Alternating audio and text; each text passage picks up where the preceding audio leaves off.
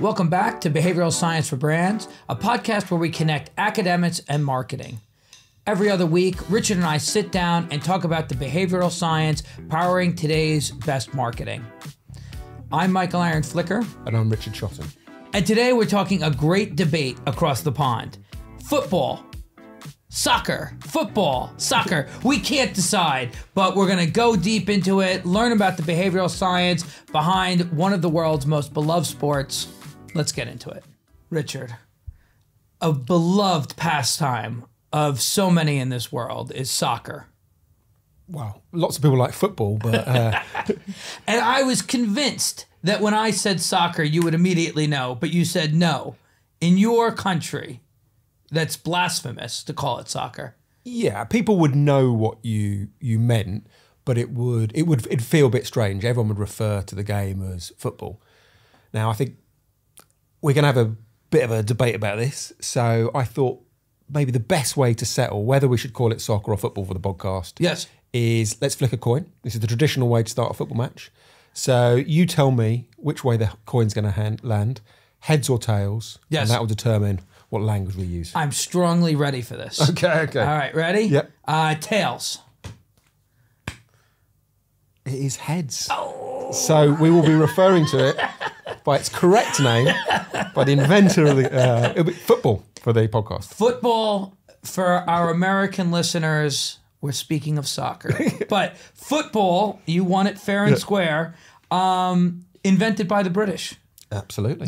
You've told me this 7 times in the prep for this. Invented by the British, but called, interestingly, soccer by Australia, Canada, South Africa, Ireland, and the United States. If you take all those together, that is less than 7% of all the countries of all the people in the world.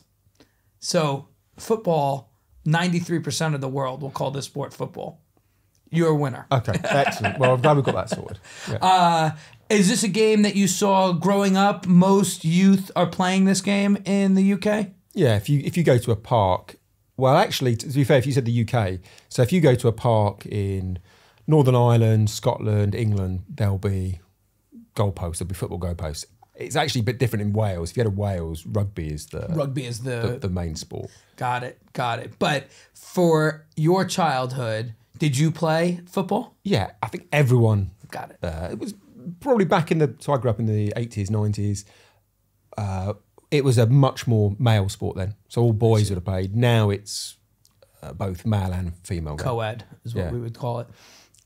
In the 80s and 90s in the United States, it was a budding sport. It had just come to at least the Northeast where I was growing up, and it was all the rage that there was new football teams, and you were joining those. That would have been, it was still very new, but it was a storied tradition in the UK in the 80s or 90s that your parents had played or people in your past had played. Yeah.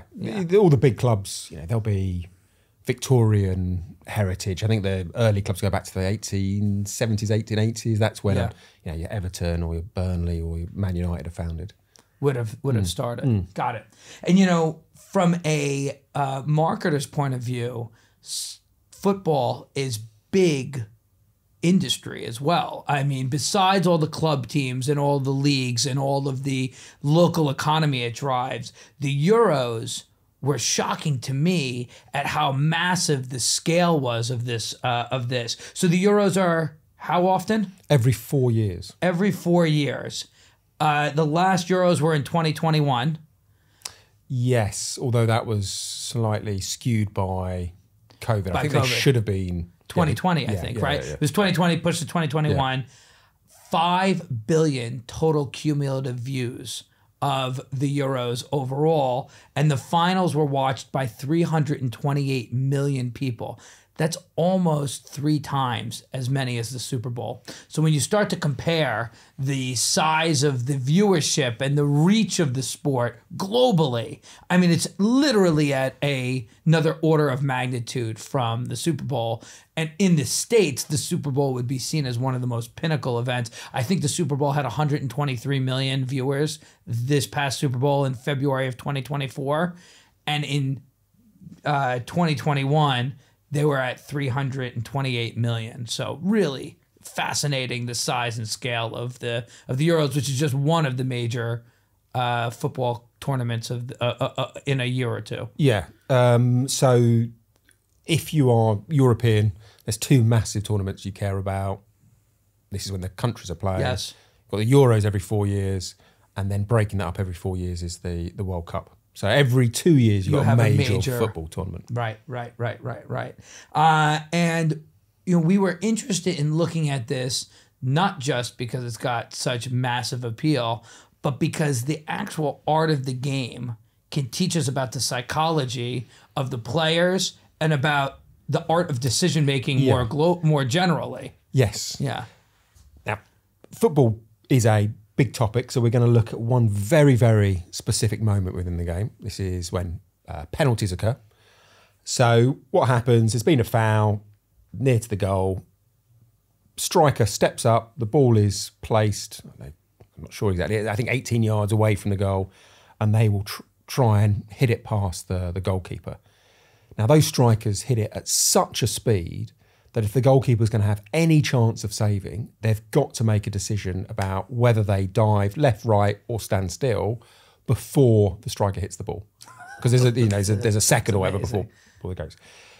Now, what's interesting is there is an Israeli psychologist called Michael Barelli, who has watched hundreds of hours of football and looked at hundreds of penalties and looked at the behaviour of the striker and the goalkeeper. Right. And we're particularly interested in the goalkeeper's decision. So the goalkeeper has three options: dive to the left, stand still, or dive to the right. Right. Now, 29% of the time, the ball is struck straight down the middle by the striker. Okay. And if they've decided to stand still, they'll save that. Yet only 6% of time does the goalkeeper do that. So most of the time, 94% of the time, they're jumping left or right. Not only is what they do out of kilter with what the data would show. Yeah. Furthermore, what Barelli showed was that if they dive left or right, the goalkeeper saves about 1 in 7 shots. Okay. If they stand still and protect the centre, they save 1 in 3. So because 1 of 3 balls goes to the centre. So you've got 1 in 3 of the balls struck down the centre are stopped. So that's more of a coincidence. Yeah, that's more of a coincidence. Because it's still being hit really fast, and the centre's a reasonably big area, and it could go high, could go low. But the striking fact from this is you have a tactic as a goalkeeper, which is maintain your position in the middle. Yes. Don't dive left or right, maintain your position. Right. That is underused, yet is, according to the data, the most successful tactic. So it then poses this question of why is a tactic that's so successful not being used as much as possible? And Barelli calls it an action bias. When we are faced with a decision, what we tend to do is feel like we have to do something. We feel like if we just maintain the existing status quo, whether it's our position or anything else, it doesn't feel like a proper response. So he says people are prone to this action bias, making a positive change rather than considering whether or not the better tactic might be the status quo. And that, I think, has implications for marketers. Absolutely. Because we know when you have specifically even a new team that comes to a project, the first question you're asked is, so what are you going to do? Be very uncommon for a new CMO, a new agency, a new head of brand to come in and say, well, I plan to do just exactly the same as what's been done. That's exactly the right analogy. That it feels remiss to just continue what has already happened, even though it might well be the right decision. Right. And I think this happens a lot. People have created campaigns that get above average scores, whether that's in awareness, motivation, purchase intent, econometric performance. These campaigns have been created and they're punching above their weight, yet there is a pressure from a new CMO or a new agency team due to the action bias, to ignore that past success and recreate a new creative approach. And it happens far too often. And I think we need to be aware of the action bias and steel ourselves against it. And so the reason that you and I really wanted to focus on this today is because we're speaking to both sides here. We're speaking to new CMOs who come into a role and say, how am I going to leave my mark? We know the average tenure of the CMO, reported very much, is way too short. And so there's an action bias to get in and start making changes.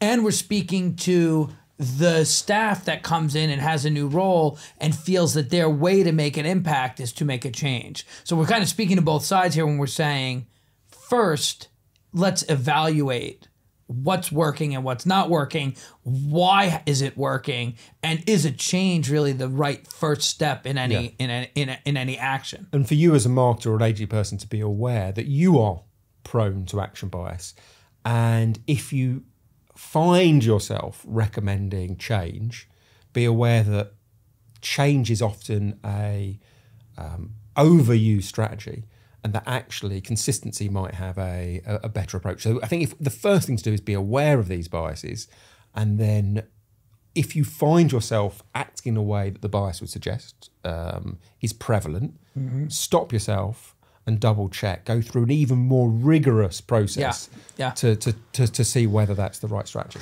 And I think what Borelli's study shows us is there's objective data that says staying in the center is going to be a recommended course of action. If you have a inclination towards action, what's the data that can be that balance, either to confirm and reaffirm your decision for action, or to balance and say, you know what, maybe we should look more closely at what the results tell us. So maybe you as a CEO or CMO should be thinking, how do I communicate to my team? How do I reward people who keep on doing the same thing? If that is appropriate, but it's probably an under-rewarded behaviour in organisations. That's right. That's right. There is an interesting alternative interpretation to the penalty data, and it's a slightly different argument. And it says, well, let's have a look at this. We've got a professional player using the wrong tactic, using a tactic that doesn't create the best outcomes for the team. An alternative explanation for why that happens is that the goalkeeper is not just interested in success for the football team, they are also interested in protecting their reputation. Makes sense. Understandable. And there is a argument that if you dive, you at least look like you've tried, and therefore if the ball goes in, you've got a defence. If you stand stock still when the ball goes in, you look like an idiot, and you will probably get the wrath of the crowd and your teammates. So the argument goes that goalkeepers are sacrificing success for the team to maintain their own self-image. Now, again, that analogy I think you can apply in an agency or a marketing team perspective.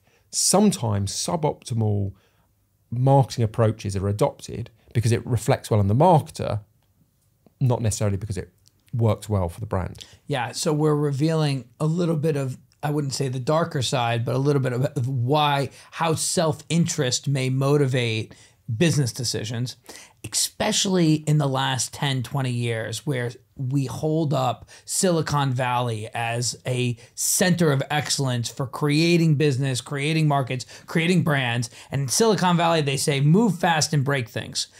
So the intention there is have a bias towards action, have a bias towards change. And so it almost reinforces this idea that if I don't have a bias towards action, that I might be a laggard. I may not be, pushing towards excellence, where it's really more about me worrying about how I'm seen, rather than the actual outcomes.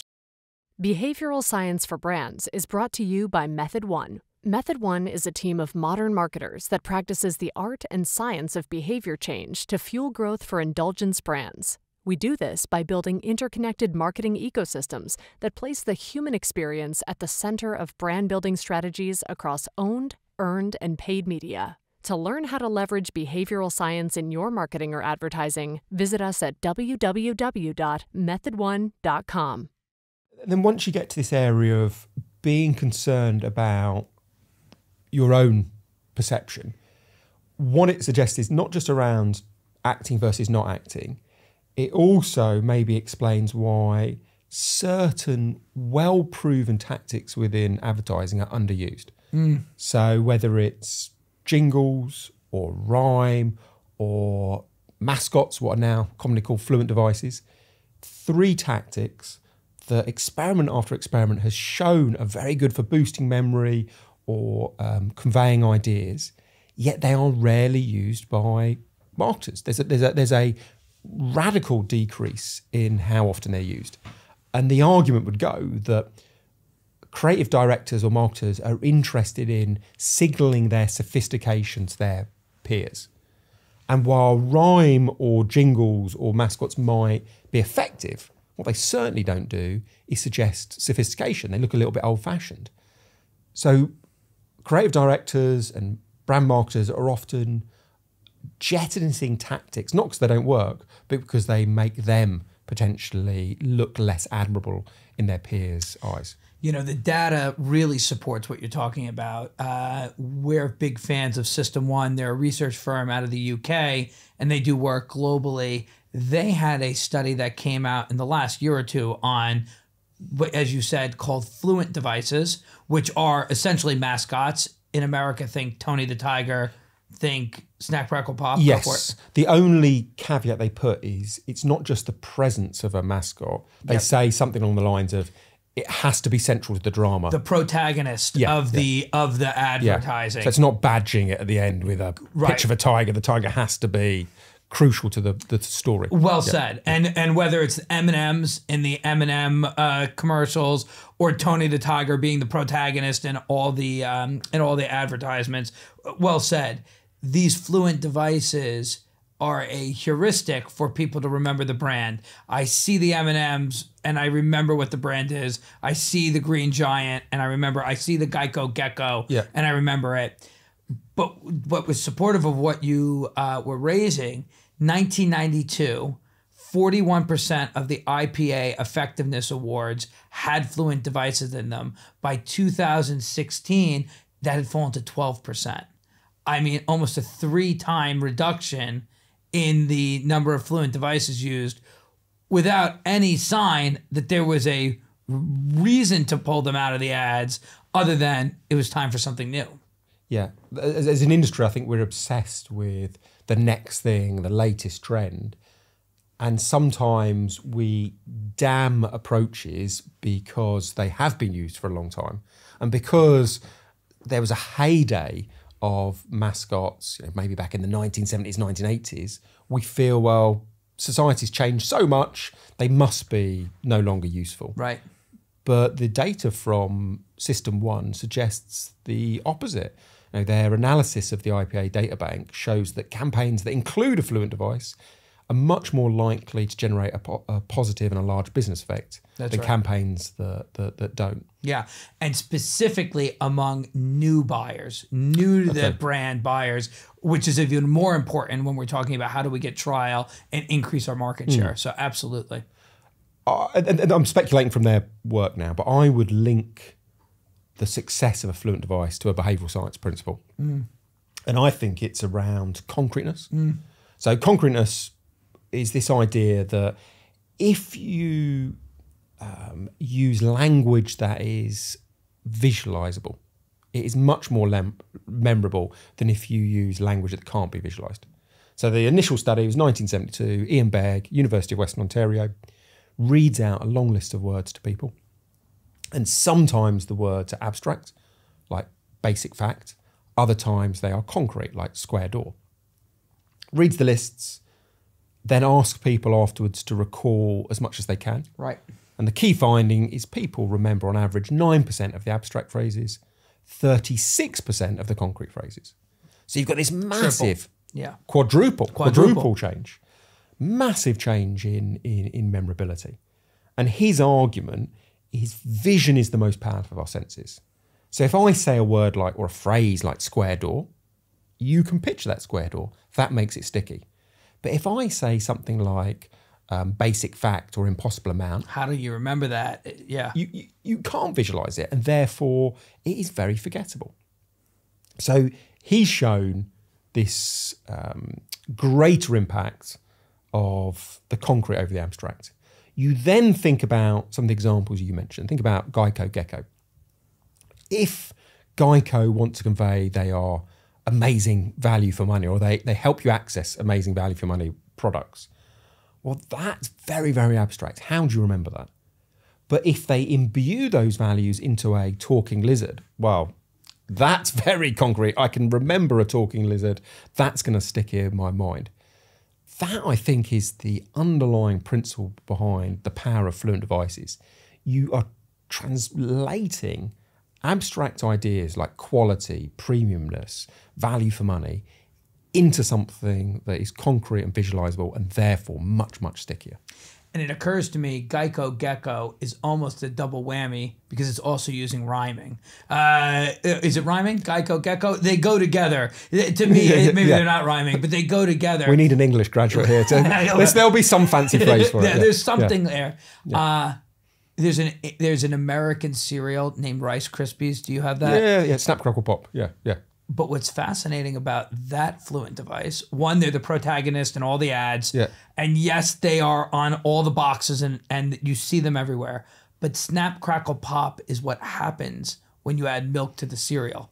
Like when you eat it, you're feeling that in your mouth. And there's something, to me, that's a Fluent device plus, when it not only helps you remember through a animated character that is a shortcut in your brain for what the product is, but if it does more, if it tells you about the product experience, or if it's rhyme's not the right word, if it's Geico Gecko and they go together so you can't forget them, like, to me, that's stronger than, let's say, Tony the Tiger's Frosted Flakes, which aren't necessarily united by anything, you know. Yeah, no, that's a fair point. I guess with all these principles, the behavioural science experiment tells you what to do in general.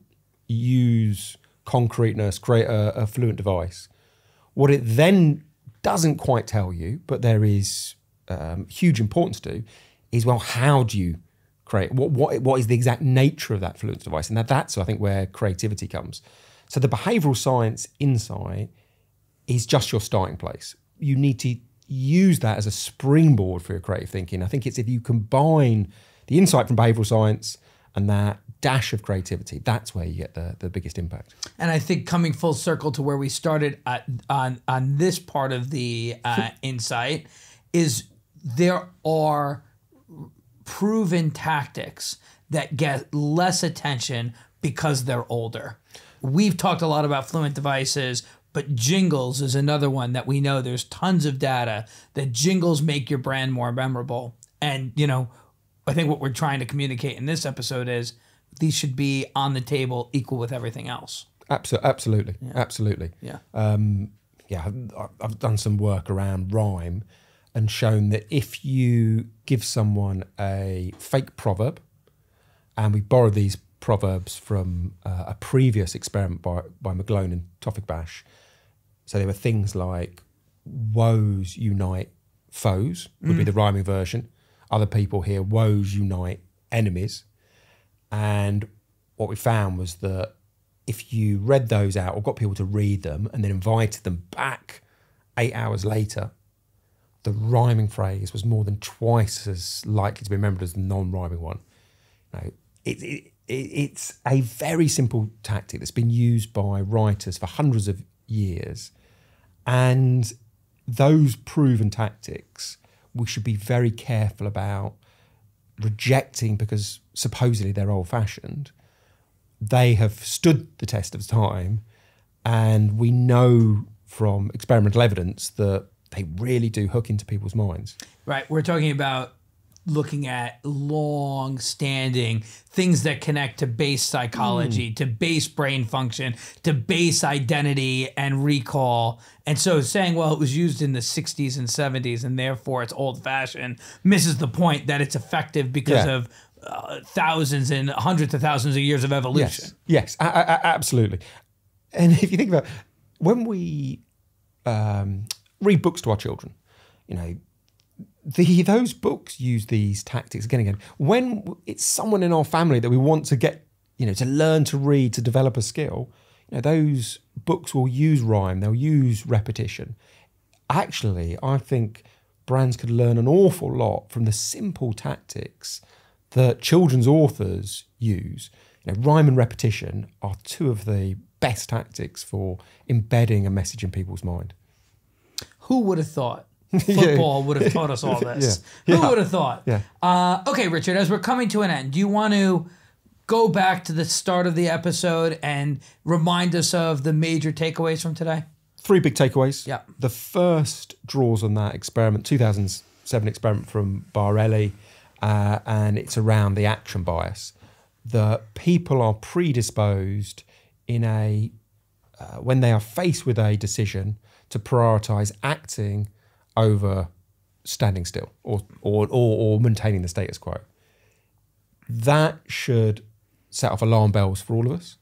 And what it warns us is that be very, very careful about this tendency within ourselves. We often will jettison an existing behaviour that is performing reasonably well and think that we can change and improve it. So action bias suggests we overdo that. Yes. And sometimes as marketers, we should be confident enough to say, I'm going to come into a new role and I'm going to keep things the same. That should be a much more acceptable approach. That's the first bit. The second bit we talked about is how behaviour amongst professionals is often driven by what reflects well on the individual rather than what works for the brand. So the goalkeeper is diving because they will be accepted if they fail as better than if they stand still, even though standing still is the better tactic. There, I think there's an analogy with advertising. Too often, the tactics we adopt are ones that signal sophistication to our peers, not ones that work well for the brand. So think about rhyme, think about jingles, think about Fluent devices. Don't reject them because they don't reflect well on you. And then the third bit that we talked about was this idea of concreteness.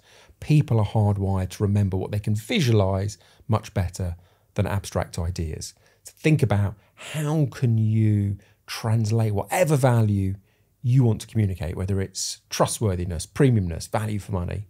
Think about how you translate that into a much more concrete, visualisable means of delivery. Now, that might be a Fluent device, that might be a mascot, but there are other tactics too.